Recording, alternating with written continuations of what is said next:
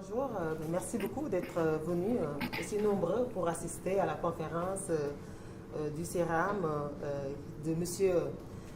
Azé Amoulgam. Azé est notre collègue, c'est un membre chercheur du CERAM, il est doctorat à la faculté de droit.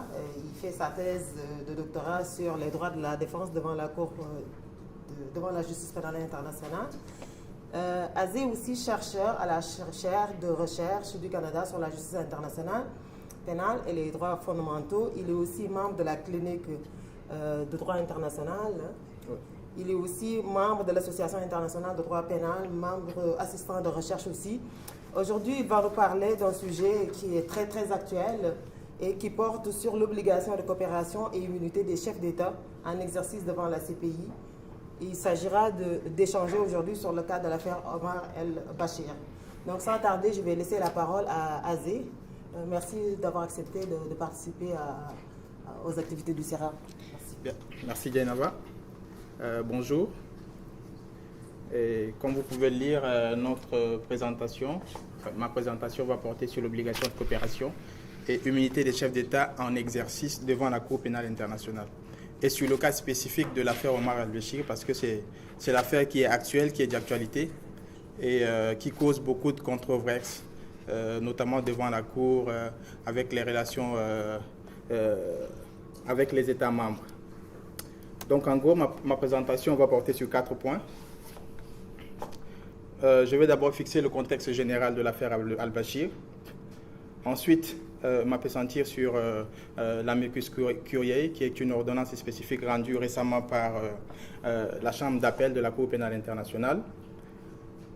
Aborder les positions des acteurs invités, parce que l'amicus curiae, c'est une procédure qui permet à la Cour pénale internationale de faire appel à des acteurs tiers pour qu'ils donnent leur avis sur une affaire précise.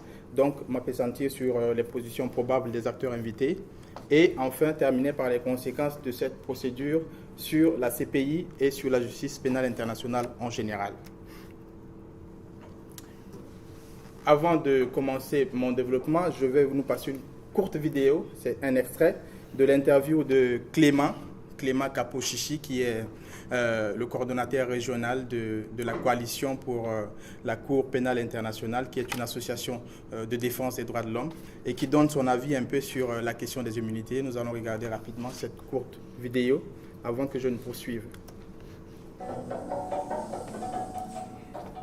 vous savez que si la perception négative prend une certaine ampleur au niveau de l'Afrique aujourd'hui, c'est tout simplement parce que l'article 27 du statut de Rome, que les États eux-mêmes ont adopté, parle du défaut, de la pertinence de la qualité officielle.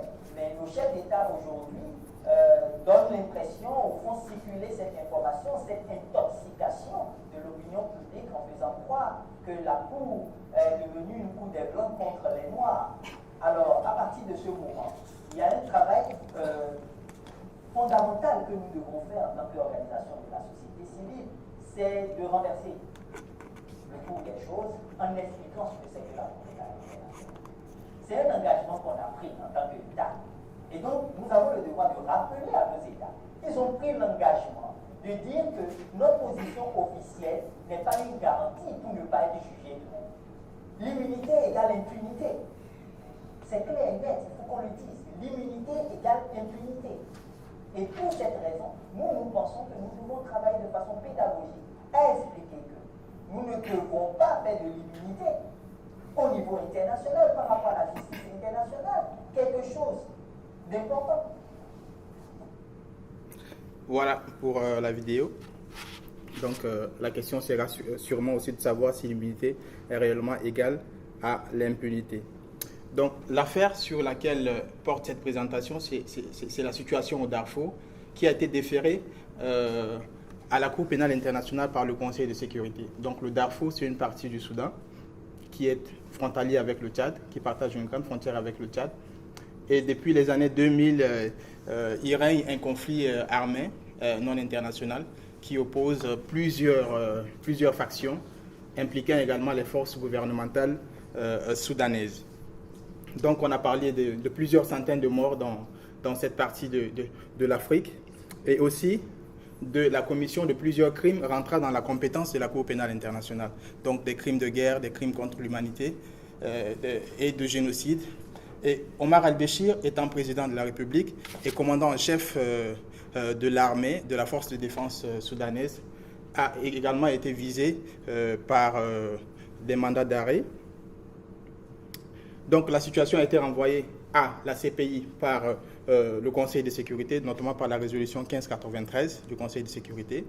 Ensuite, il y a eu 2 mandats d'arrêt à l'encontre d'Omar el-Béchir pour crimes de guerre, crimes contre l'humanité et pour génocide. Et depuis, il est recherché.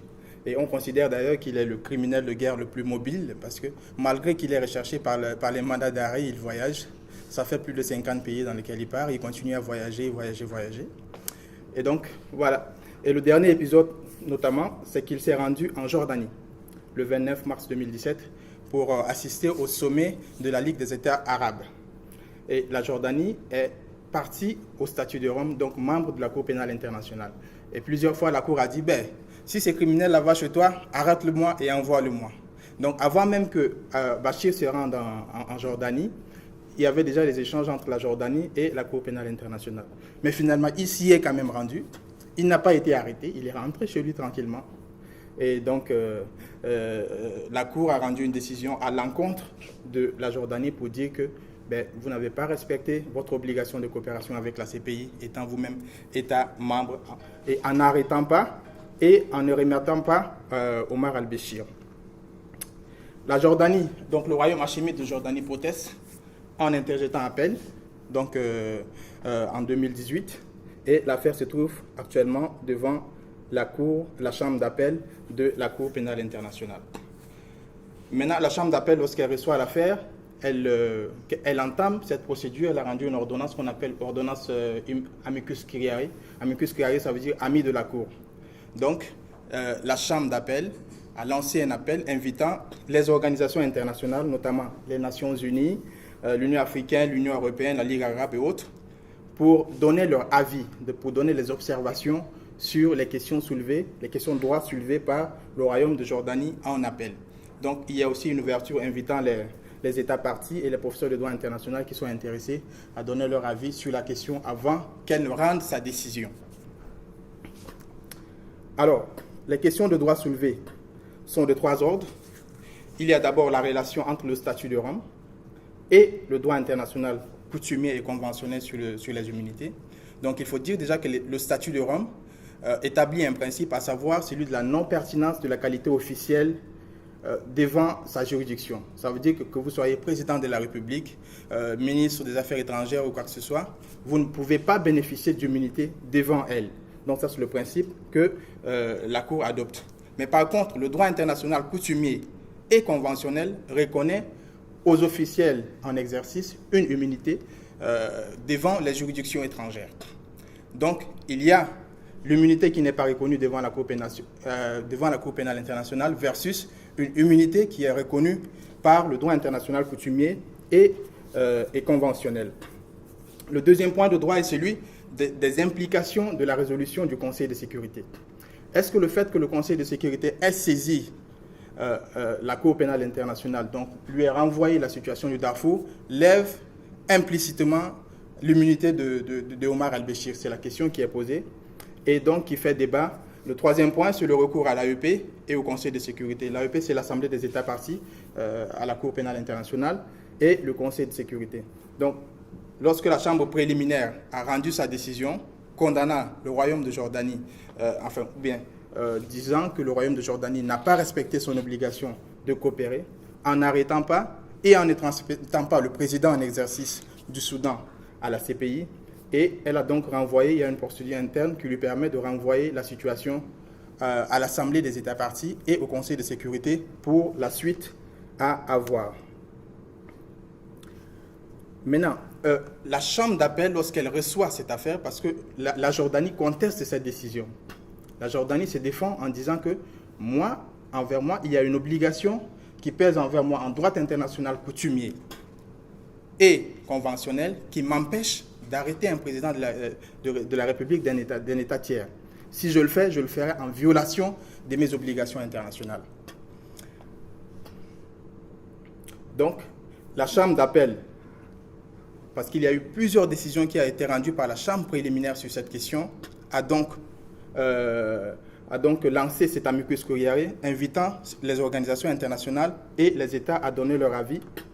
Pourquoi cet amicus curiae? D'abord parce que les implications vont au-delà de l'affaire.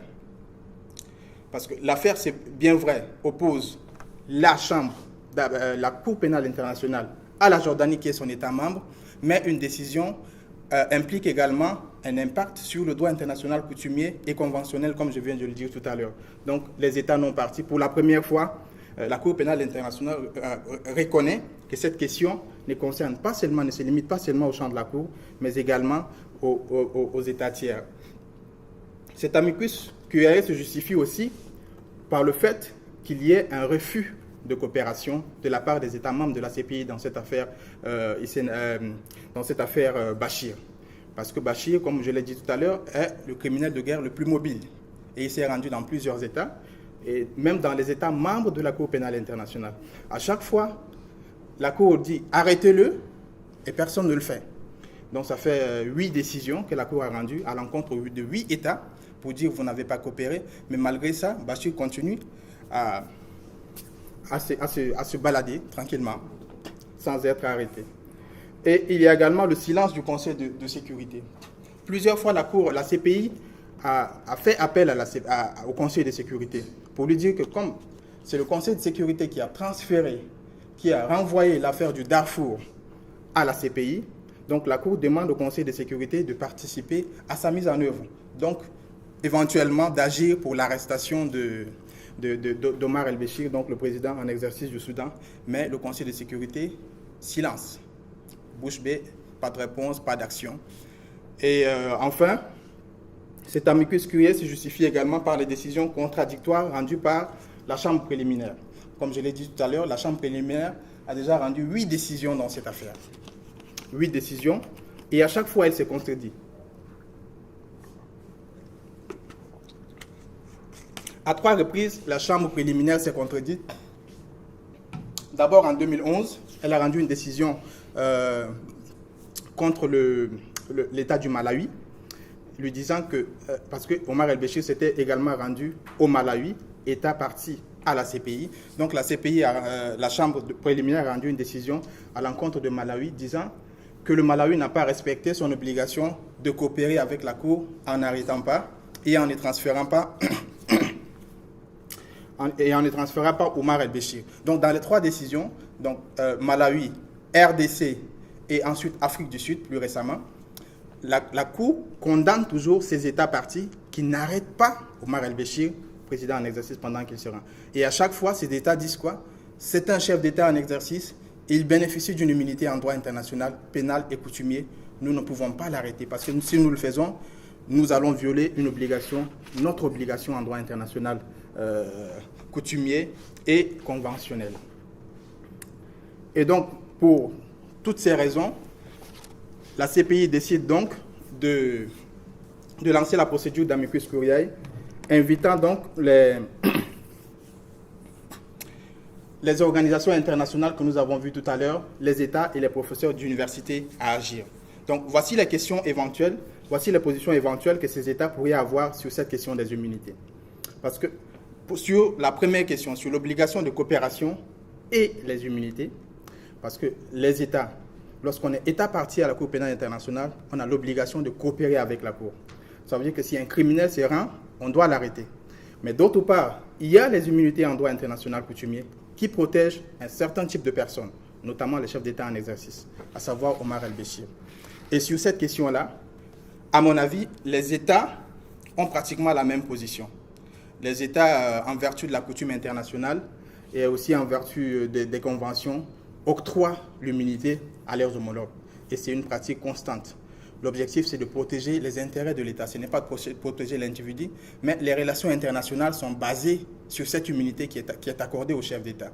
Donc, même si la Cour appelle, à mon avis, les organisations internationales et les États à donner leur avis, ça ne va pas trop changer jusqu'à aujourd'hui. c'est dire qu'on reconnaît une immunité à Omar al-Béchir parce qu'il est président en exercice. Maintenant, sur la non-pertinence de la qualité officielle, ça c'est devant maintenant la Cour pénale internationale. À mon avis, je pense que les États vont aussi parler de l'effet inter partes parce que la non-pertinence de la qualité officielle, dans le principe en droit international, ne pourrait en principe s'appliquer que aux États qui sont partis au statut de Rome. Donc, puisque le Soudan n'est pas parti au statut de Rome, donc le Soudan n'a pas renoncé aux immunités de son chef d'État qui est en exercice. Il n'y a que les États membres. Si on prend par exemple le Congo et le Tchad, qui sont tous deux États membres, si jamais Déby commet des crimes contre l'humanité, enfin, ou bien un président en exercice commet un crime contre l'humanité, et si c'est dans un autre État membre, on pourrait l'arrêter parce qu'on dira effet inter partes. Nous sommes tous partis à la CPI, donc le statut s'applique. Mais comme Bachir n'est pas membre, n'est pas parti, enfin le Soudan n'est pas parti au statut de Rome, donc l'effet n'est pas le même. L'effet ne pourrait concerner que les États partis, et de même la coopération ne pourrait concerner que les États partis. Donc à mon avis, si la Cour prend en considération ici les opinions des États et même des professeurs d'université, même si parce qu'il y a plusieurs travaux de professeurs d'université sur cette question des immunités. Il y a même récemment le American Journal of International Law, donc un numéro récent sur un essai qui est paru le 4 avril, ici sur les questions des immunités toujours. Donc plusieurs professeurs internationaux des 5 continents ont donné leur avis sur cette question d'immunité. Et jusqu'à là, on n'a pas constaté une évolution de la coutume sur cette question. On reconnaît de façon claire l'immunité au chef d'État en exercice. Donc sur ce point-là, si la Cour prend en considération l'opinion des chefs d'État, il n'y aura pas d'évolution. Maintenant, sur les implications de la résolution 1593, parce que l'autre raisonnement de la Cour consiste à dire que le fait que le Conseil de sécurité ait renvoyé par résolution l'affaire à la Cour pénale internationale, ça enlève automatiquement l'immunité au président en exercice Omar al-Béchir, parce que lui-même, il est membre de l'ONU, donc voilà que le Conseil de sécurité aurait ce pouvoir-là. Et donc, il ne serait plus nécessaire de lever son immunité et que tout État parti au statut de Rome peut donc l'arrêter. C'est ça la conclusion de la Cour. Mais là aussi, sur ce point, je pense que les organisations internationales, les États, seront un peu réticents, à mon avis, parce qu'il y a le principe Pacta sunt servanda qui régit un peu les engagements au plan international des États. Ça veut dire, le consentement volontaire pour adhérer à une convention, pour se soumettre à une convention. Et donc, le Soudan, toujours, qui n'est pas parti à cette convention, même si la saisine est faite à travers la résolution du Conseil de sécurité, cela ne pourrait pas dire automatiquement une levée des immunités du président en exercice Omar al-Béchir. Maintenant, sur la doctrine, donc, ce sont les professeurs d'université qui seraient probablement intéressés à intervenir sur cette question-là. Il y a plusieurs tendances, donc la doctrine est divisée sur la question.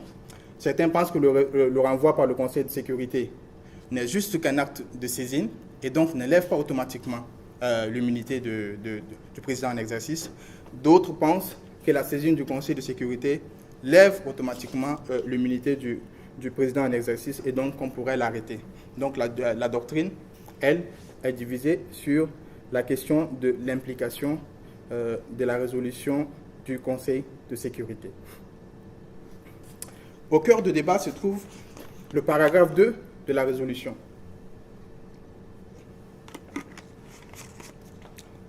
Dans ce paragraphe 2, le Conseil de sécurité appelle le Soudan et d'autres États à coopérer activement et à donner l'assistance qu'il faut à la Cour et au procureur.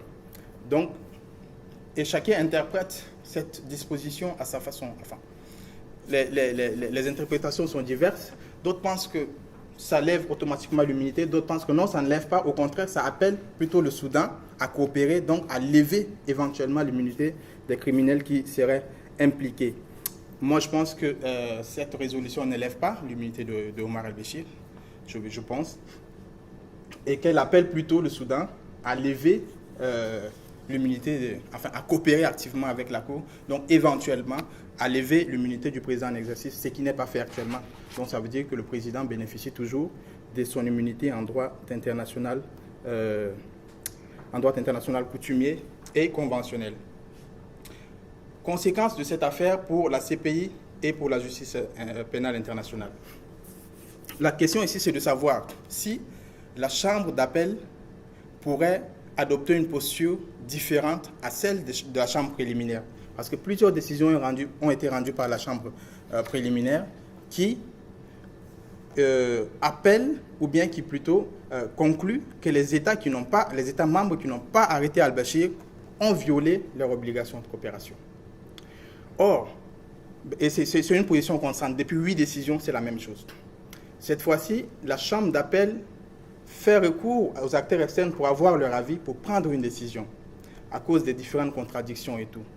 Est-ce qu'elle va changer de position et enfin reconnaître l'immunité au président en exercice? C'est la question qu'on se pose. Moi, je pense que la CPI irait mieux en admettant que al-Bashir bénéficie d'une immunité et que si un État membre l'arrête sans que le Soudan n'ait levé cette immunité, il aura violé son obligation internationale en droit coutumier. Et d'ailleurs, l'article 98.1, qui est assez clair sur cette question, dit précisément que la Cour ne peut poursuivre l'exécution d'une demande de remise ou d'assistance qui contraindrait l'État requis à agir de façon incompatible avec les obligations qui lui incombent en droit international en matière d'immunité des États ou d'immunité diplomatique d'une personne ou de biens d'un État tiers, à moins d'obtenir au préalable la coopération de cet État tiers en vue de la levée d'immunité. Je pense que la CPI jusqu'à-là a fait défaut d'appliquer cette disposition de son statut dans l'affaire Omar al-Béchir. Et que peut-être la Chambre d'appel pourrait le faire, qui sait. Mais je pense que si la Chambre d'appel le fait, ça ne sera pas si différent, ça ne sera pas si hors les principes qui sont à l'intérieur du statut de Rome. Je pense que ça serait plutôt conforme. Alors, pour conclure, est-ce que l'immunité est égale à l'impunité? La réponse est que l'immunité n'exonère pas de la responsabilité. Donc, si quelqu'un qui bénéficie des immunités commet des crimes de guerre, des crimes contre l'humanité et des actes de torture, l'immunité ne le blanchit pas. Il reste toujours responsable de ses actes. Mais l'immunité est une forme de coquille qui le protège momentanément, à cause surtout de sa position officielle en tant que, par exemple, de président de la République. Donc, c'est une protection momentanée qui peut un jour être ôtée et donc laisser des possibilités de poursuite. Et l'immunité protège les intérêts de l'État et non de l'individu. Donc, l'objectif, c'est de garantir des relations internationales harmonieuses, respecter des principes tels que l'égalité entre les États pour ne pas exercer des actes de contrainte sur un autre chef d'État en exercice. Et malgré qu'il y ait l'immunité, il y a aussi des possibilités de poursuite. Donc Omar al-Béchir pourrait toujours être poursuivi si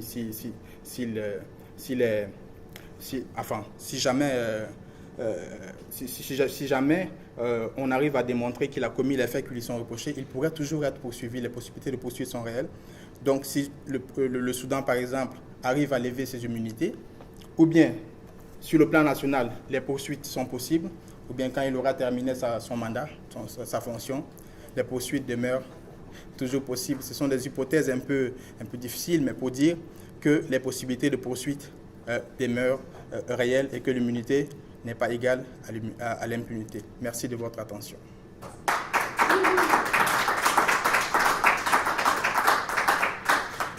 Merci beaucoup, Aziz. C'est super intéressant. Je ne sais pas pourquoi. Moi, j'adore toutes ces questions-là. Puis, je me pose beaucoup de questions. Je vous laisse, si vous avez, on a quand même 40 minutes pour échanger, discuter de ces questions-là. Merci d'abord. Excellent. Un peu loin de la technique juridique. Je commencerai peut-être par une question un peu technique sur le juridique technique. Comme ça, on pourra après trouver d'autres questions. Moi, je pense que la clé de voûte de tout ton raisonnement, c'est la dernière disposition qui a été citée. Je pense l'article 98 du statut. Oui. Je vais y revenir après. Ok. Mais pour parler de la question de l'immunité, je pense qu'il y a une opposition entre immunité, donc mon droit coutumier, et le statut en quelque sorte de l'immunité elle-même, la situation de l'immunité dans le statut. toi que on peut appliquer le principe lex specialis. Dérogate lex generalis. Exactement. Donc, c'est une disposition, une convention un peu spéciale, qui est conventionnelle, donc c'est un texte écrit auquel les États ont consenti, qui, à mon avis, déroge clairement à une disposition coutumière. Donc, les États étaient en connaissance de cause, et je pense que c'est quelque chose de spécial, donc dans ce domaine particulier, les crimes, etc., l'agression, la guerre, l'humanité, etc., les chefs d'État, au sens de la statut de Rome, ne bénéficient pas qu'ils soient d'ailleurs chefs d'État, comme l'a dit le ministre général de l'armée, ou peu importe. Ouais, les officiels en exercice. Ils n'ont pas ce statut d'immunité. Et à mon avis, c'est le raisonnement qu'on doit poursuivre. Après, l'article 98, avant même, pour le Conseil de sécurité, pourquoi on a prévu cette possibilité d'intervention du Conseil de sécurité? C'est justement pour pallier à toute insuffisance donc, de la part des États qui soient surtout partis de donner donc, suite à des poursuites. Et à mon avis, le Conseil de sécurité, quand il intervient en sa qualité de membre de l'Organisation des Nations Unies. Si un État est membre, ce qui est le cas du Soudan, je pense qu'il reste soumis un peu aux résolutions du Conseil de sécurité. Après, tu as soulevé la question c'est-à-dire la portée de la résolution. Moi, je pense que la résolution, sa portée, elle est obligatoire. Et le fait que le Conseil exige la coopération et l'assistance, je pense qu'on peut inclure le fait d'arrêter quelqu'un. C'est pas l'État qui va juger, hein, c'est la CPI. Donc l'État, sa mission en quelque sorte, consiste à l'arrêter et à le livrer en vertu de la résolution du Conseil de sécurité qui parle au nom d'une organisation à laquelle l'État est parti. Après, pour l'article 98, je pense que, si j'ai bien compris, elle ne mentionne pas clairement le Conseil de sécurité, le cadre de résolution du Conseil de sécurité. Je pense que les résolutions du Conseil de sécurité peuvent constituer une exception au fait que la Cour ne peut pas obliger un État à agir contrairement au droit international, parce que la résolution du Conseil de sécurité, c'est justement l'expression du droit international. Tu vois ce que je veux dire, non? L'État, quand il obéit à une résolution du Conseil de sécurité, il n'est pas obligé d'agir de manière incompatible. Au contraire, il est obligé d'agir de manière compatible, parce que c'est le Conseil de sécurité. Et il est membre de l'ONU. Ok. Ok. Ton raisonnement est juste d'ailleurs, et puis enfin, les avis sont divergents là-dessus. Maintenant, l'ex spécialiste dérogate l'ex généraliste. Je suis d'accord, c'est un principe de droit qui s'applique. Mais cela ne s'appliquerait que aux États qui, volontairement, décident de déroger à la loi du général, ce qui n'est pas le cas du Soudan. Tu vois un peu? Donc, ceux qui sont membres, États membres au statut de Rome, c'est clair, ils ont adopté une loi spéciale qui déroge à la loi générale, donc qui renonce par là même à l'immunité du haut fonctionnaire. Mais ceux qui ne sont pas partis gardent toujours leur position. Ça veut dire que l'immunité, elle est toujours valable. C'est pour ça qu'intervient le Conseil de sécurité. Donc, c'est ça. Mais le Conseil de sécurité, dans sa résolution, j'arrive d'ailleurs, le Conseil de sécurité, dans sa résolution, ne dit pas explicitement, parce que d'abord, sa résolution ne vise pas Omar al-Béchir, sa résolution renvoie à la situation au Darfour. Donc, en ce moment-là, il n'y a pas une personne qui est jugée, mais c'est la Cour qui s'intéresse maintenant à la situation et qui détermine qui a fait quoi et qui a fait quoi. La résolution appelle le Soudan à apporter assistance et à coopérer activement avec la Cour. Et elle est obligatoire d'ailleurs pour le Soudan qui est membre de l'ONU. Donc elle est obligatoire. Ça veut dire que pour moi, l'assistance et la coopération dont il est question pourraient impliquer la levée des immunités. Ça veut dire que le Soudan devrait lever l'immunité de son haut fonctionnaire en accord avec son obligation de coopérer et d'assistance. Ce qui actuellement n'est pas fait. D'accord? L'immunité de Bachir n'a pas été levée malgré cette résolution qui est obligatoire envers le Soudan d'ailleurs. Donc il n'y a pas application par le Soudan de cette résolution-là, ce qui fait que cette immunité demeure. C'est pour ça que les États disent il n'y a pas levé d'immunité, on ne peut pas l'arrêter.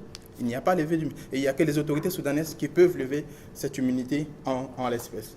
Donc c'est une position et il y a d'autres positions. Certains pensent que la résolution lève automatiquement l'immunité. Mais moi, j'adopte plutôt cette posture-là, en disant qu'il faut que le Soudan agisse Et si elle ne le fait pas, les États ont raison de ne pas l'arrêter. Dans ce cas, on fait quoi? Donc, si ce genre de cas se multiplie, d'abord, j'aimerais te remercier pour la présentation. Je m'appelle Jeff Daniel. Merci, Je suis Jeff. pas du domaine du droit, je suis plutôt doctorant en sang et environnement, mais citoyen, je suis bien passionné des questions de politique internationale. J'aimerais premièrement, encore félicitations pour la présentation, mais j'aimerais revenir peut-être sur la résolution. Tu l'as présentée, je n'ai pas eu le temps de la lire. Ah, la disposition, le paragraphe 2. Le Conseil de sécurité décide que le gouvernement soudanais et toutes les autres parties du conflit du Darfour doivent coopérer pleinement avec la Cour et le procureur et leur apporter toute l'assistance nécessaire conformément à la présente résolution, tout en reconnaissant que le statut de Rome n'impose aucune obligation aux États qui n'y sont pas partis, mais surtout la fin, demande instamment à tous les États et à toutes les organisations régionales et internationales concernées de coopérer pleinement. Je pense que moi, encore une fois, lorsque je regarde ça, je veux dire, cette résolution-là, elle est quand même sortie du Conseil de sécurité des Nations Unies, qui est quand même, je pense, l'organe au-dessus un peu, qui prend les décisions un peu au niveau des Nations Unies. Mais moi, comment j'interprète ça, surtout au niveau de l'ALPHA, je pense plutôt que le Conseil de sécurité demande aux États, demandera aux États qui sont membres de coopérer et donc peut-être d'arrêter Omar el-Béchir. Parce que c'est clair que lorsque tu dis par exemple il faudrait que le Soudan, c'est au Soudan de lever les immunités, il faut être réaliste. Omar el-Béchir dirige le Soudan, ce n'est pas le Soudan qui. C'est pas Omar el-Béchir qui prendrait la décision lui-même de s'auto-arrêter ou son régime, à moins qu'il y ait un changement de régime, comme on le voit actuellement en Afrique du Sud, où Jacob Zuma s'accrochait, était président, donc il bénéficiait de l'immunité, il n'est plus au pouvoir, mais là il est devant les tribunaux. Donc, je ne sais pas si je me fais un peu Ouais, je te suis. C'est ça, il faudrait aussi qu'on se retrouve dans la logique où on a des juristes du régime, des avocats du régime, versus des avocats de la Cour des institutions internationales au nom de la souveraineté des États. Parce que je pense que le principe de base, certains s'appuient sur la souveraineté des États. Oui, c'est ça. Exact. C'est ça. Oui, c'est vrai que le Conseil de sécurité appelle les États et les organisations à coopérer dans l'exécution de cette résolution-là. Mais elle ne peut pas se faire en dehors du droit. Elle se fait toujours dans le droit. D'accord. Si le Conseil de sécurité, par exemple, parce que plusieurs fois la Cour d'appel a appelé le Conseil de sécurité à préciser sa pensée sur la résolution, ou bien même à agir pour l'arrestation de Bachir, mais le Conseil de sécurité n'a rien fait. Et les États, d'accord, ils veulent coopérer, parce que c'est une obligation, parce que c'est une résolution du Conseil de sécurité, mais ça ne peut pas se faire en dehors du droit. Ça ne peut pas se faire en dehors du droit. Donc, si clairement le Conseil de sécurité décide de lever l'immunité de Omar el-Béchir, parce qu'il a le pouvoir, de le faire, en créant par exemple les tribunaux ad hoc, il a précisé dans ces juridictions qu'il lève l'immunité des hauts fonctionnaires, que les immunités ne s'appliquent pas devant ces juridictions ad hoc-là. C'était clair par ces résolutions qui créent ces juridictions ad hoc. Mais ici, ce n'est pas clair et c'est sujet à interprétation. Et il y a plusieurs interprétations. Et les États, je pense, font preuve de prudence, peut-être. Ils font preuve de prudence dans leurs relations mutuelles entre eux. Et il y a aussi la coutume, ça veut dire que c'est une pratique qui est vieille. Et ils préfèrent garder cette position-là. Et même ceux qui sont États partis au statut de Rome, qui peut-être auraient pu faire une avancée, ne le font pas, ne l'ont pas arrêté. Et d'ailleurs, je veux dire que dans plusieurs de ces pays membres, il y a le Kenya, il y a l'Afrique du Sud, il y a aussi le Nigeria, qui ont rendu des décisions visant notamment à arrêter Bachir. Ce sont les juges qui ont rendu. Mais au niveau politique, ils ne sont pas d'accord. Au niveau de la justice, ils disent, ils ont même prévenu Omar el-Béchir, ne reviens plus dans ces pays parce que si tu reviens, on va t'arrêter, parce que c'est sûr qu'il ne va plus repartir. Mais au niveau politique, les hommes politiques, ils ne sont pas très enclins. Et puis, il n'y a que quelques décisions. Ça ne peut pas changer la coutume en elle-même. ces 3 pays qui prennent une position pour dire si tu viens, on va t'arrêter. Ça ne peut pas être généralisé pour dire que c'est une avancée de la coutume sur cette question-là. Ouais. Moi, j'aimerais juste expliquer, en fait, en lisant le paragraphe 2, en fait, la lecture que j'ai en tant que juriste, c'est un devoir de l'État soudanais de coopérer. C'est un devoir de coopération. Il n'y a pas une obligation de coopération. C'est-à-dire que le Soudan ne fait pas partie, n'a pas adhéré, n'a pas ratifié le statut de Rome. Donc, et du moment que c'est comme les États-Unis, c'est comme la Chine, c'est comme plusieurs États qui n'ont pas ratifié le statut de Rome. Donc, du moment que ces États n'ont pas ratifié le statut de Rome, là, la Cour pénale n'est pas compétente en cas de litige. Pour que la Cour pénale puisse être compétente, il faut que l'État soit un État parti. Ça, c'est le principe. Et là, ça a été reconnu par le Conseil de sécurité en disant, tout en reconnaissant que le statut de Rome n'impose aucune obligation aux États qui ne sont pas partis, donc ils n'ont pas d'obligation. Si on se base juste sur le statut de Rome. Alors, est-ce qu'on devrait aller chercher Omar el-Bashir pendant qu'il est dans l'exercice en utilisant la lex spécialiste, parce que le droit coutumier confère cette unité-là, tout le monde est d'accord, le droit conventionnel aussi, Azé l'a bien expliqué. Moi, je pense qu'on ira vers la fin de son règne pour pouvoir le poursuivre. Ça va l'obliger à rester. Oui, c'est sûr, non, mais je suis tout à fait d'accord. Et là, le problème qui se pose encore une fois, la crédibilité du Conseil de sécurité. Parce qu'Azé vient de dire, après plusieurs sollicitations, le Conseil de sécurité ne réagit pas. Il n'y a pas de réaction. C'est le Conseil de sécurité qui a adopté une résolution, qui a saisi le procureur. Donc, pourquoi le Conseil de sécurité n'intervient pas à ce stade pour imposer peut-être la levée de l'immunité d'Omar al-Bashir?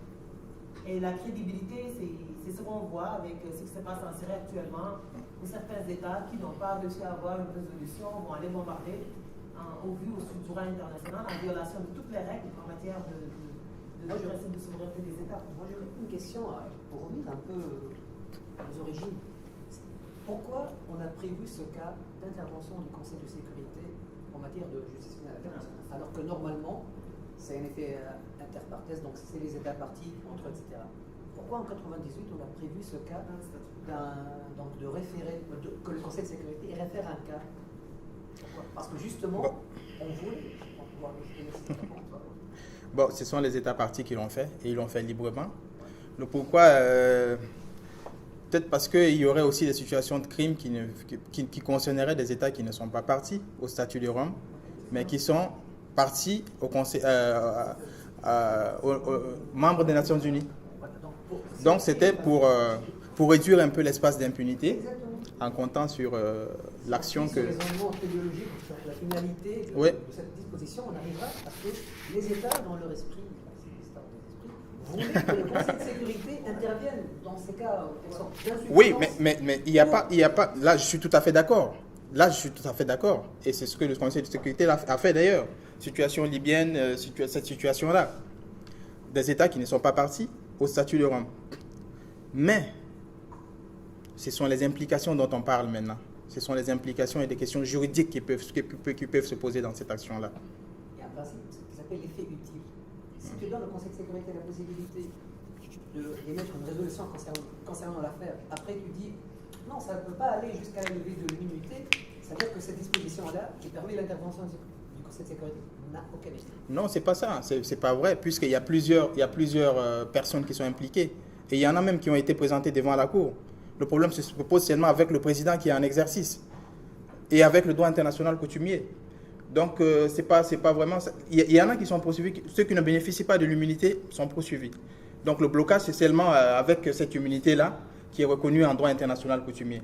Donc, l'action de la CPI, du Conseil de sécurité est utile et produit son acte. Mais une fois de plus, le droit entre en conflit avec le droit et c'est de chercher à trouver le juste milieu. Il y a certains États, notamment les États africains, qui ont manifesté l'envie de saisir, par exemple, la Cour internationale de justice pour qu'elle rende une décision sur cette question-là des immunités, notamment avec... jusqu'à là, c'est la Cour pénale internationale elle-même qui le fait, mais il se pourrait que ça arrive au niveau de la Cour internationale de justice. Et ouais, ça serait intéressant aussi. On s'attend peut-être à une décision qui va mettre fin à cette querelle. Pour dépasser un peu cette question en petit peu, je pense que l'ICAD, où les États ont été sommés à une sorte d'intervenir par la CPI, est-ce que ça n'entache pas la crédibilité de la Cour elle-même? Donc, 8 de ces États partis à la Convention au statut de Rome, ne coopèrent pas avec l'organe qu'ils ont créé. Est-ce que ça n'entache pas un peu... Bon, c'est... La crédibilité, en tout cas, l'affaire Al-Bashir a entaché grandement la crédibilité de la Cour. D'abord, même au niveau du déferlement de l'affaire, de sa prise en compte par l'ancien procureur Luis Moreno Campos, oui, qui... et les juristes, il y a beaucoup qui pensent qu'en fait, il n'y a pas tellement de base juridique, par exemple, pour dire que Omar al-Béchir a commis des crimes de génocide, par exemple. Donc, la crédibilité, elle est là, elle est entachée, et surtout par l'inaction du Conseil de sécurité. Parce que le Conseil de sécurité défère une affaire et ensuite ne fait rien pour que la Cour puisse faire son travail. Parce que c'est comme si... et comme le disait d'ailleurs Fanny Lafontaine, le professeur Fanny Lafontaine le reprend souvent, elle dit la Cour, c'est comme un géant sans bras ni jambes. Donc en fait, la Cour n'a pas de police, la Cour ne peut pas agir sans la coopération des États et du Conseil de sécurité. C'est juste un organe judiciaire. Bon, sur le plan national, on sait, il y a la justice, ce ne sont pas les juges qui descendent au quartier pour aller arrêter les voleurs. Il y a la police qui fait aussi ce travail-là. Or, la Cour, elle, n'a pas de police. Et elle compte sur la coopération des États et des organisations internationales. Et lorsque ces États et ces organisations ne coopèrent pas, bien sans bras ni jambes, elles se retrouvent coincées et n'arrivent simplement à ne rien faire. Ouais. Et c'est cette réalité-là, dans cette affaire Bachir. Donc peut-être qu'il faudra donner à la Cour plus de moyens, plus d'outils pour qu'on arrive à prendre des décisions. Parce que lorsque tu dis par exemple que oui, sur le principe juridique, peut-être que l'affaire de Omar al-Béchir a été un peu précipitée, je veux dire dans les faits, il y a quand même eu des massacres au Darfour, c'est ça. Oui. Donc il faut dire qu'il y a quand même un crime en fait.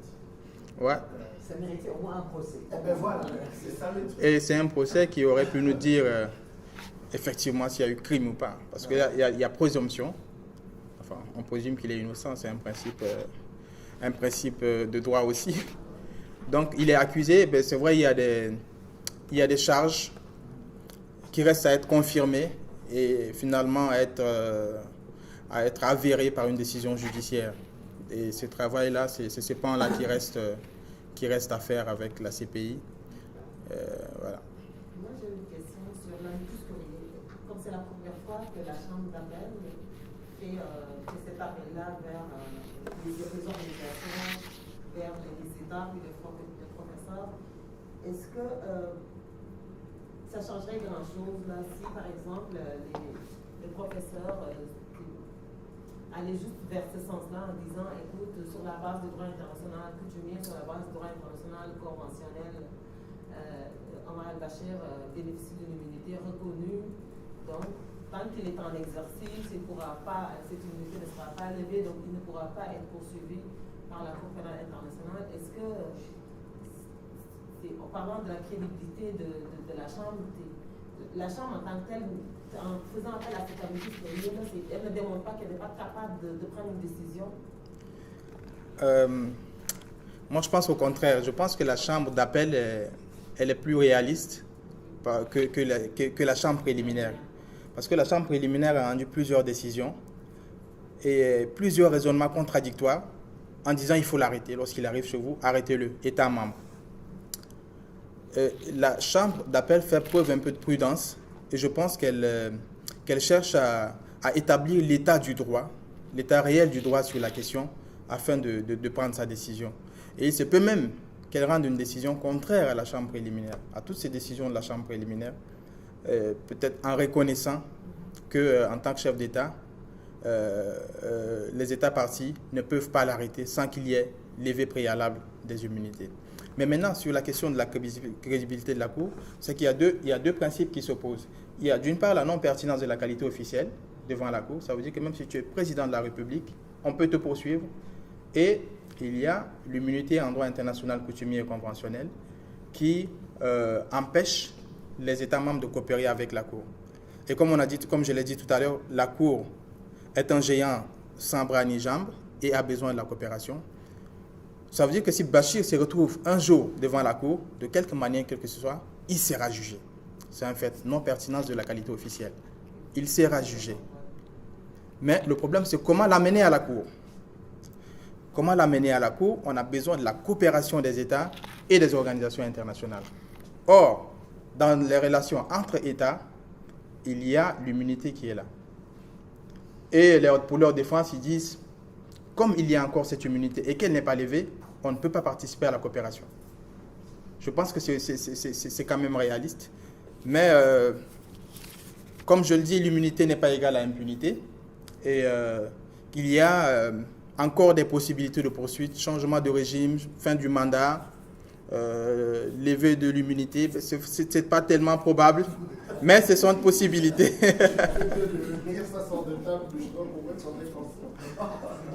Mais ce sont des possibilités qui restent ouvertes pour poursuivre. Et l'objectif de l'immunité, ce n'est pas de protéger Bachir, mais c'est de protéger le Soudan. Parce qu'un président d'un État qui se fait arrêter dans un autre pays,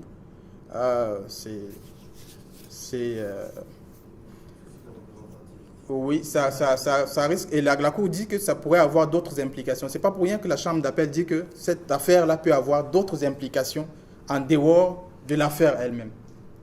Parce que il y a cette réalité de l'immunité qui est là. Et effectivement, ces implications-là, c'est dans les relations diplomatiques, c'est dans la relation entre États, l'égalité souveraine des États, les relations amicales entre États. Tout ça pourrait être entaché suite à un coup de force. Ouais. Dans ce cas, peut-être le conflit n'est pas entre droit et droit, mais entre droit et politique. Moi, je dirais entre droit et droit. Parce que moi, je ne parle pas politique, là. Parce que... politique, mais il y a le droit qui est là, en fait. On peut dire que le droit de l'immunité est un droit politique, on peut le dire, mais c'est quand même du droit. Du droit pour permettre l'exercice de la politique, en quelque sorte. Il y a une mêlée entre droit et politique, mais le champ du droit est clair, il peut être aussi séparé de la politique. C'est le droit qui couvre cette question des immunités. Ce que vous voulez dire, c'est que si un État parti refuse d'obtempérer à la Cour, ce n'est pas une question de droit, c'est juste parce qu'en droit, là, il est obligé. C'est que juste, cet État-là ne veut pas instaurer un précédent qu'un président en exercice soit livré à la Cour, surtout pour les États africains. Il y a une sorte de solidarité entre États qui soient pas vraiment partis d'ailleurs. Et donc c'est très politique. On pourrait le penser. On pourrait le penser, mais il a un argument juridique. Il a un argument juridique. Cet État, en refusant de le faire, a un argument juridique qu'il oppose. C'est pas... Est-ce que ce serait cet argument juridique qui lui donnera le droit, au nom de cet argument juridique, de faire tout ce qu'il veut, de continuer on me rigole, mais c'est sûr, ça que vous le dites, c'est-à-dire les États africains, les chefs d'État africains s'appuient vraiment sur ça en disant on est non poursuivable parce qu'il s'agit de l'image. Est-ce que c'est au nom de cette indépendance-là qui leur donnera le droit de faire tout ce qu'ils veulent? Non. Cette immunité ne concerne pas que les États africains. Ça concerne tous les États du monde. Et dans leurs relations, dans les relations interétatiques de manière générale, cette question-là se pose. Et d'ailleurs, la Jordanie, ce n'est pas un État africain. Donc ça montre que, c'est vrai, il a fait 7 États africains, on ne l'a pas arrêté, mais le 8e, c'est la Jordanie, ce n'est pas un État africain. Et c'est le même argument que la Jordanie oppose à la Cour. En tant que président de la République, il bénéficie de l'immunité en droit international coutumier et conventionnel. Et que si on l'arrête, on le fera en violation de nos obligations, de notre obligation en droit international. Les États sont entre leurs obligations envers l'État et leurs obligations envers effectivement. Donc c'est le droit. C'est ce conflit. Mais c'est sûr qu'il y a une balance politique. C'est le dilemme qu'on présente. Oui, non, je comprends. C'est ça. Oui, oui, mais c'est sûr, c'est du droit contre droit. Là, ils veulent. Si la Jordanie, par exemple, arrêtait Omar al-Bashir, puis là, c'était quoi? C'est une violation du droit international coutumier, du droit international conventionnel, qui confère à al-Bashir une immunité. C'est reconnu, c'est-à-dire on ne peut pas faire fi de ça. Ça existe. L'autre côté aussi, moi je me dis, en 2000, tout le monde était content avec l'adoption du statut de Rome, de la Cour pénale internationale, que effectivement les criminels seraient poursuivis dans n'importe quel lieu où ils se trouvent, on pourrait aller les chercher. Donc on était tellement enthousiastes parce qu'on n'a pas une Cour internationale des droits de l'homme.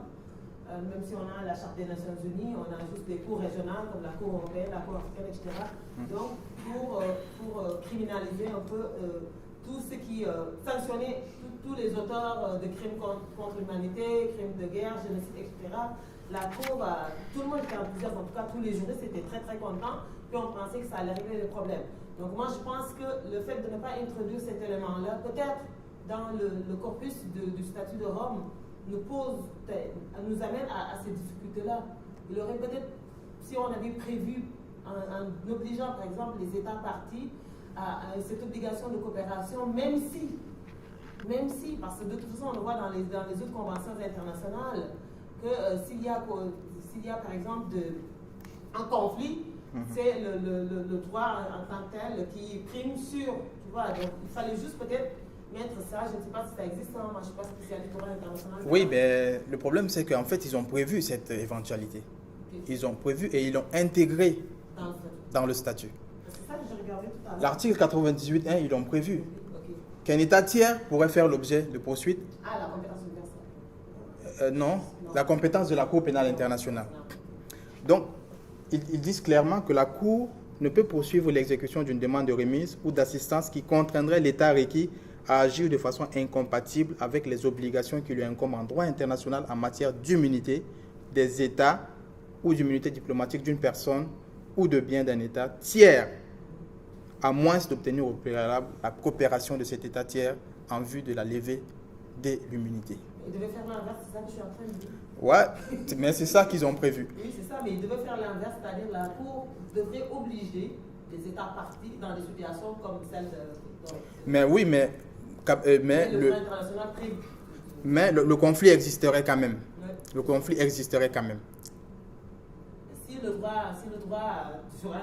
droit de la Cour primait sur... C'est sûr que c'est impossible peut-être.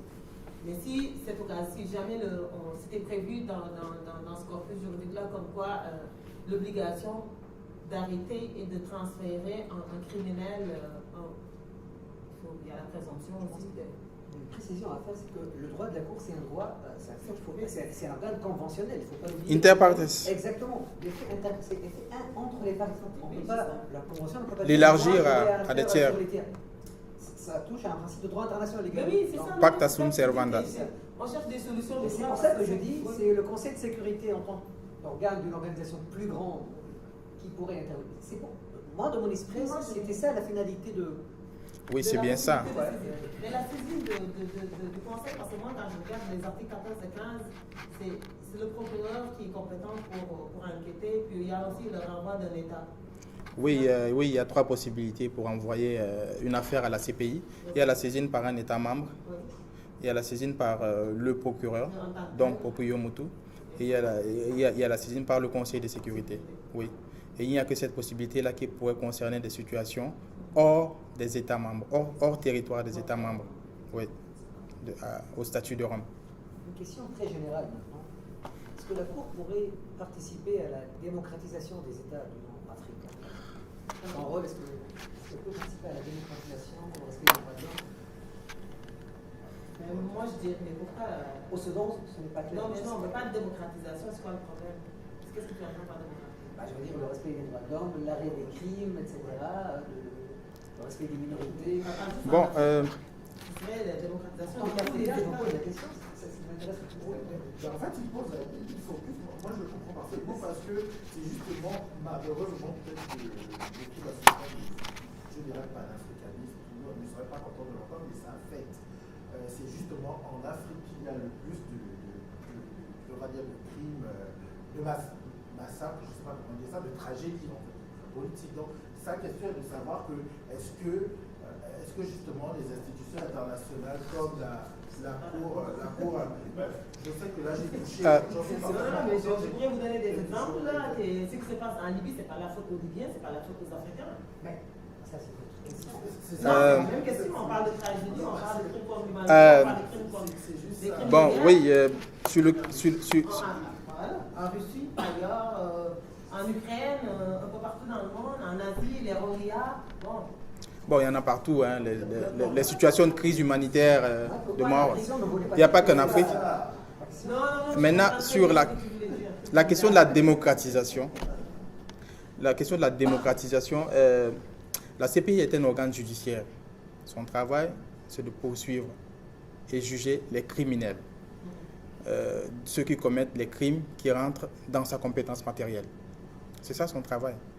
C'est vrai qu'on parle aussi de l'effet dissuasif de la Cour. Ça veut dire qu'en faisant ça, peut-être ça amènerait des gens qui ont l'intention de commettre des crimes à ne pas le faire. Ils vont dire, ah, il y a la Cour. Mais cet effet dissuasif, de manière empirique, est difficilement mesurable.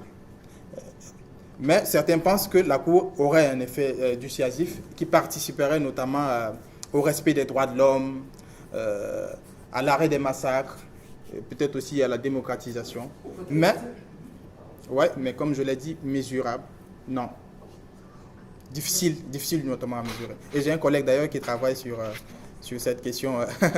Peut-être les résultats de ces recherches pourraient nous dire mieux sur l'effet dissuasif de la Cour pénale internationale. Ou peut-être passer par le Conseil de sécurité des Nations Unies afin d'émettre des sanctions contre les États qui ne respectent pas les droits de l'homme. Et même là dans le Conseil de sécurité, on sait que les blocs sont clairement identifiés. On a la Russie et la Chine d'une part, et on a le bloc des pays dits démocratiques d'autre part. Mais qui sont les pays démocratiques? Ça, j'ai dit pays dits démocratiques, justement. Donc, c'est ça. Donc, c'est peut-être certain. Il faudrait revoir le système des Nations Unies. Ok, oui. Oui, Ricardo Colima, je suis conseiller d'étudiant, je suis sur le conseil d'administration de l'Association canadienne des Nations Unies au Québec. Et j'ai l'impression que le conseil de sécurité, c'est volontaire qu'ils ont fait ça comme ça, pour justement peut-être poursuivre des anciens chefs d'État ou des gouvernements qui se sont effondrés ou des criminels ensuite, sans toucher aux gens qui sont en exercice de pouvoir. C'est l'impression que ça me donne comme parce qui est sur le Conseil de sécurité aussi. Donc, d'après moi, c'est pour se donner une belle image, une bonne intention, qui est sincère, je crois, en protégeant les gens en exercice de pouvoir et puis se protéger en exercice de pouvoir, ça devient droit contre droit, là, donc on est dans une situation inextricable. Je pense que l'impression que ça me donne, c'est que c'est volontaire. J'ai pas l'impression qu'ils n'ont pas pensé. Mais ils sont vraiment pas mal. Oui, léger. Non, j'ai une question juste. Ce que j'ai pensé, là, c'est pas normal. C'est le problème au niveau de la compétence de la CPI, c'est plutôt comment poursuivre les criminels dont les États ne sont pas États partis au statut de Rome. C'est ça, que les chefs d'État soient en exercice ou non d'ailleurs. C'est le problème qui se pose. Comment la Cour pénale peut étendre sa compétence sur les individus, les criminels dont les États ne sont pas États partis au statut de Rome. Comme les États-Unis. Oui. Comme les États-Unis, comme la Chine, comme tous les autres États, comme Israël, comme tous les autres États qui n'ont pas ratifié la Convention. Oui, mais la possibilité qui est prévue, c'est une saisine à travers le Conseil de sécurité pour les États qui ne sont pas partis au statut de Rome. Comment le Conseil de Et c'est le cas du Soudan, le Conseil de sécurité, par une résolution, a saisi la Cour pour déférer la situation du Darfour, alors que le Soudan n'est pas parti au statut de Rome. Donc c'est cette possibilité qui est prévue pour poursuivre dans des situations des États non membres.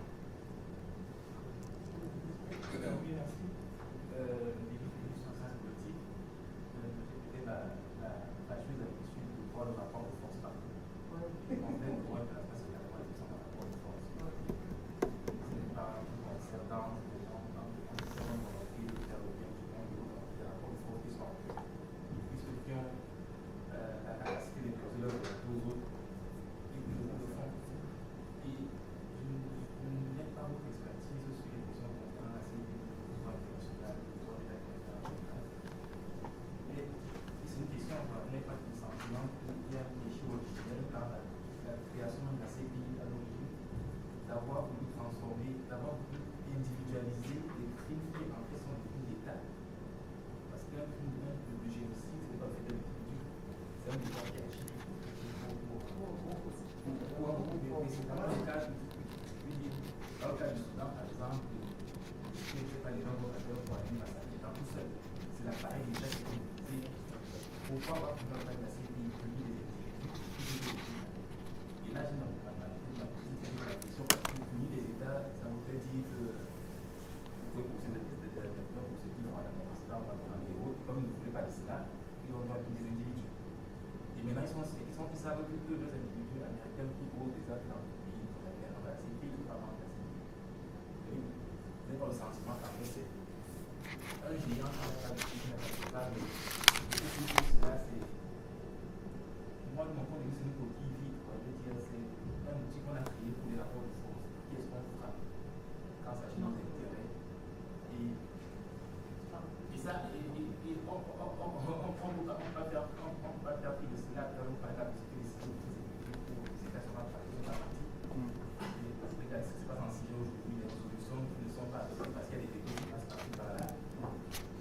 Avec toute la bonne volonté du monde, vous pensez que sous le gouvernement général américain qui a balancé la plus grande du monde à l'Afghanistan pour les Ok, ben, merci Léger. Mais, sur les crimes d'État, ben, y a la CIJ qui s'en occupe. Enfin, disons, les faits internationalement illicites commis par les États. Il y a la CIJ qui s'occupe de ça. Il y a des condamnations. Parfois, c'est résolu amicalement. En fait, il y a plusieurs mécanismes pour résoudre entre guillemets, les crimes d'État. Maintenant, l'objectif du droit international pénal, c'est de dire que l'État ne commet pas de crimes. Ce sont des individus qui commettent des crimes. En matière pénale, on ne vise pas une personne morale, on vise une personne physique. Donc, même si le président de la République, ministre de la Défense, ou quoi que ce soit, s'il agit en commettant des crimes, génocide, crimes de guerre, crimes contre l'humanité, en tant qu'individu, il doit être poursuivi et subir une peine. Ce n'est pas l'État qu'on vise. Et le principe de la responsabilité pénale individuelle date de Nuremberg. Ce n'est pas seulement, c'est pas une création de la Cour pénale internationale. Il y a eu Nuremberg, il y a Nuremberg et Tokyo. Ensuite, les TPI, les tribunaux pénaux internationaux ad hoc. Donc, Rwanda, Yougoslavie, on a déjà individualisé la responsabilité pénale. C'est vrai que ce sont des crimes de masse. Ça veut dire qu'il y a plusieurs acteurs et il y a aussi plusieurs victimes, mais l'objectif visé, c'est de condamner des individus nommément, donc clairement identifiés. Et c'est ça l'objectif du droit international pénal. Donc, ne pas dire crime d'État. Crime d'État, on est passé de dire crime d'État parce que les guerres mondiales, on a souvent condamné les États, les guerres mondiales. On a dit, bon, ce sont les États. La Première Guerre mondiale, on a condamné l'Allemagne et tout, machin. Mais au final, on a dit, ce ne sont pas que les États, ce sont des individus qui utilisent en fait l'instrument d'État pour commettre des crimes de masse et donc qu'on doit les viser individuellement. D'où est né le principe de la responsabilité individuelle en droit international pénal. Et la Cour n'a fait que hériter de ces principes de responsabilité individuelle et non étatique.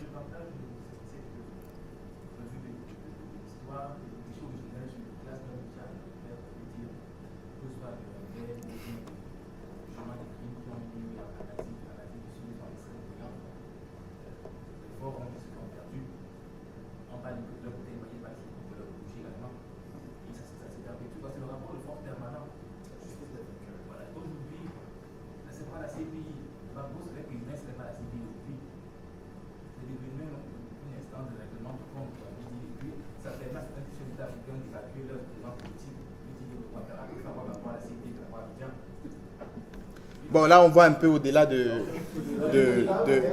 sujet en question. C'est pertinent et on peut avoir un avis dessus. Moi, ce que je dis souvent, c'est que la sélectivité, elle est rattachée à l'institution elle-même. Et il y a sélectivité pratiquement à tous les niveaux. Donc, même sur le plan national, par exemple, s'il y a un État africain, d'ailleurs, plusieurs l'ont fait, lorsqu'ils défèrent une situation à la CPI, ça vise les opposants, ça vise les autres, les groupes armés et tout, mais pas leurs propres forces militaires États qui sont au pouvoir, ils sont protégés. La sélectivité, c'est aussi, peut-être aussi entre les pays, peut-être la CPI parfois choisit de s'intéresser à des situations où elle pense qu'elle peut faire quelque chose, en prenant en compte également les rapports de force, en ne visant pas certains, mais c'est une autre question, et beaucoup ont écrit dessus, les avis divergent dessus, certains pensent que c'est même le tribunal des Blancs contre les Noirs, ça aussi c'est une autre vision des choses, parfois on a même dépassé ça, d'autres disent c'est une juridiction politique, plein de choses, mais moi je pense que la CPI c'est une juridiction, c'est une instance judiciaire, et c'est pas parce qu'on ne condamne pas A qu'on ne condamnerait pas B. Ça veut dire que pour deux criminels, c'est pas parce qu'on n'a pas poursuivi l'autre qu'on doit aussi laisser l'autre impuni. Donc on peut commencer par l'un, même si les rapports de force se jouent toujours, on commence par l'un en espérant que l'autre également sera un jour poursuivi. Donc je pense que la justice pénale internationale a son rôle, a son importance, malgré ces décalages, malgré parfois, on dira peut-être impartialité, et qu'on peut aussi observer sur le plan national, dans les justices nationales aussi, ça ne touche pas tout le monde. Le rapport de force existe toujours, mais ça ne veut pas dire qu'il faut bannir la justice. Commençons par poursuivre A, et puis un jour on arrivera à B.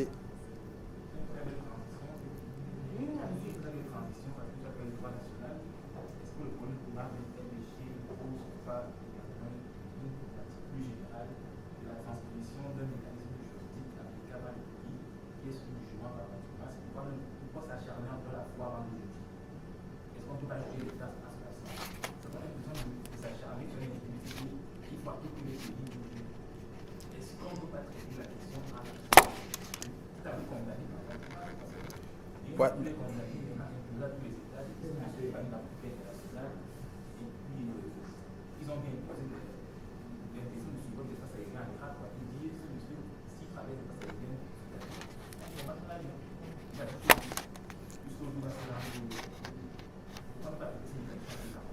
Oui, ouais, tu as raison.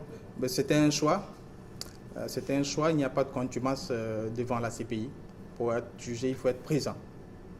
Donc, pour le cas de Albéché, par exemple, on dit l'individu est en fuite et que la CPI ne peut pas engager un jugement sans qu'il ne soit présent. Donc, ceux qui ont établi la Cour pénale internationale ont fait le choix d'écarter le jugement par contumace qui existe devant d'autres mécanismes de juridiction tels que le TSL, le tribunal spécial pour le Liban. Il peut juger par contumace, par exemple en l'absence des accusés, mais ce n'est pas le cas devant la CPI. Peut-être qu'il faudrait regarder cette approche-là que les juristes pourraient peut-être, je ne sais pas, peut-être creuser là. Si, ouais. Je pense qu'il y a eu emprunt de deux systèmes juridiques différents. Le jugement in absentia, donc par contumace, il existe, je pense, dans le droit français, donc un peu romano-germanique, civiliste, c'est ça? Oui. Alors qu'il n'existe pas en anglo-saxon. Et on a pris cette technique de droit anglo-saxon, on n'a pas de jugement. C'est vrai que la CPI a été largement influencée par le common law plutôt que par le droit romano-germanique. Même si dans certains aspects, on a quand même encore. Ouais, on a pris dans le droit romano-germanique. Moi, j'aimerais juste revenir sur la question de Léger, sur la crédibilité de la Cour. Le fait de choisir A et de laisser B, ça entache la crédibilité de la Cour. On a vu au début de la présentation, la vidéo, monsieur Clément. Oui, Clément. Oui, Clément Capochichi. Oui, c'est ça qui expliquait que c'est juste de la politique. De toute façon, les États qui ont ratifié, comme le Sénégal, le premier pays à avoir ratifié le statut de Rome, il n'a rien à dire. Du moment que, en tant qu'État, vous engagez, vous ratifiez un traité international, vous avez des obligations sur la base de l'article 26, le pacte social-mandat de la Convention de 1969 sur le droit des traités. Donc, vous êtes libre. Les États-Unis ont choisi de ne pas ratifier. La Chine a décidé de ne pas ratifier. Donc, c'est sur la base d'un principe de leur souveraineté. Du moment que vous avez ratifié, donc moi, toutes ces discussions autour, non, la Cour pénale est impartiale, vous avez ratifié. Donc là, vous aviez des juristes, il fallait juste voir si effectivement ratifier ou pas ratifier. Donc ça, je dégage cet argument-là d'un revers de la main. Par contre, ici, en tout cas au Canada, quand tu regardes un peu l'évolution de la position des juges, c'est très important, le public, la perception du public, la confiance du public au système judiciaire. C'est très important au cas pénal. Moi, je pense que la Cour pénale y gagnerait en allant chercher les criminels qui rentrent dans sa compétence, comme George Bush, comme Nicolas Sarkozy, comme tant d'autres. Je peux continuer, mais ça n'engage que moi. Moi, je considère qu'ils rentrent effectivement dans la définition, dans la compétence matérielle, crime contre l'humanité, crime de guerre, etc., pour avoir déstabilisé l'Irak, pour avoir déstabilisé la Libye, etc., l'Irak, etc. Mais déstabiliser un pays, je pense, ce n'est pas un des crimes qui relève de la compétence. C'est pas déstabiliser, c'est Bon, pas juste de déstabiliser. Quand on parle de crimes contre l'humanité, ce qu'on voit en Libye, c'est des crimes contre l'humanité. C'est pas de déstabiliser juste, c'est pas l'effet, c'est quelles sont les conséquences de cet effet-là, de cet acte-là. Comment tu peux établir un lien direct juridique pertinent entre le bombardement ordonné par Sarkozy qui ont visé les forces de Kadhafi et la situation actuelle qui dure depuis 4 ou 5 ans. À mon avis, juridiquement, politiquement, le lien est peut-être clair, mais juridiquement, là, dans l'esprit de la Cour, ce ne sera pas évident. Pourquoi? Parce que la Cour a dit que c'est des factions libyennes qui se font la guerre, etc. Mais les factions libyennes ont surgi de nulle part.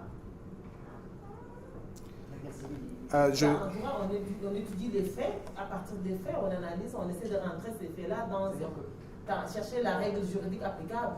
Bon, c'est approuvé. Ce ne sont pas des ordres des autorités extérieures, ce sont eux les responsables. Donc, je pense qu'il ne faut pas aller au-delà de la Libye pour établir des compétences. Bon, c'est approuvé, hein, c'est approuvé, tout ça. Oui, c'est approuvé.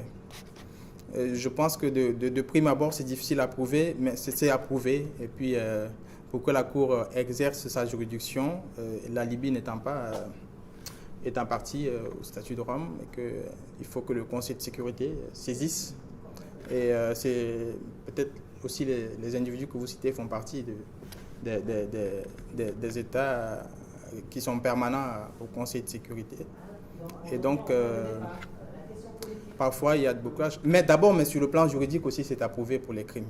Là, moi, je le pense. C'est vrai qu'on le dit souvent, voilà, telle situation, il a commis tel crime et machin. Mais juridiquement, pour nous les juristes, c'est approuvé, ça prend l'élément matériel et tout, et il faut rattacher ça à la personne. Le procès politique, il est facile. Non, mais je ne parle pas de procès politique, je parle de procès juridique. C'est-à-dire, on a des faits. Le lien de cause à effet, ce lien de causalité-là, on peut le démontrer, il faut juste que les gens y travaillent. Ouais, c'est ça. On a un droit international, on est capable d'aller voir quels sont les faits, ça remonte de quand, qu'est-ce qui s'est passé, qu'est-ce qui est à l'origine, quelles sont les conséquences juridiques. On a des populations là, on a des crimes contre l'humanité, que ce soit en Irak ou ailleurs. On ne peut pas faire fi de toute façon des questions politiques parce que tout est mêlé. Mais en tant que juriste, là, si on veut traiter la question dans une perspective juste juridique, on va aller chercher des éléments pour démontrer effectivement que ces bombardements ont eu des effets. On tue, on voit, on a vu là, à plusieurs reprises des bombardements qui tuaient des civils. On peut dire qu'on est dans le cadre d'un conflit international où il y a eu des erreurs, parce que l'erreur est...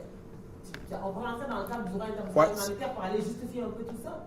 Mais on a des éléments... Il y a Gelbay qui a demandé la parole. Oui. Je m'excuse parce que je suis arrivé à l'état.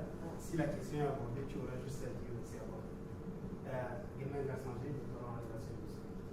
En fait, si je me fie à l'affiche, c'est que tu évoques le cas de la Jordanie, mais Béchir, il était également en Afrique du Sud et également Jacob Zuma a refusé de rendre à ses pays. Mais je pense qu'il y a une situation de la solidarité des États.